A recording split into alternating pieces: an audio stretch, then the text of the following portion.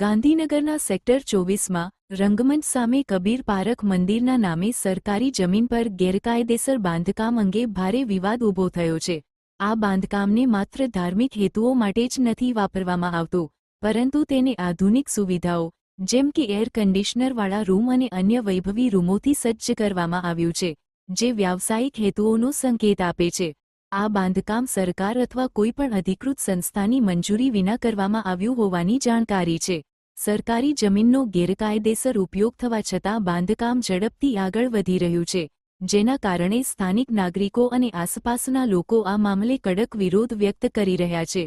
લોકોએ આ બાબતમાં તાત્કાલિક પગલાં લેવા સરકારને અપીલ કરી છે અને અસરકારક કાયદાકીય કાર્યવાહી કરવાની માગ ઉઠાવી છે।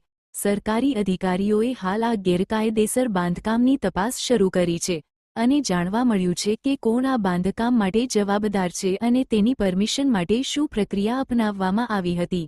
આ મામલે લોકોએ તાત્કાલિક અસરથી આ બાંધકામ હટાવવાનો આગ્રહ કર્યો છે। Bureau report Hasmukh Variya.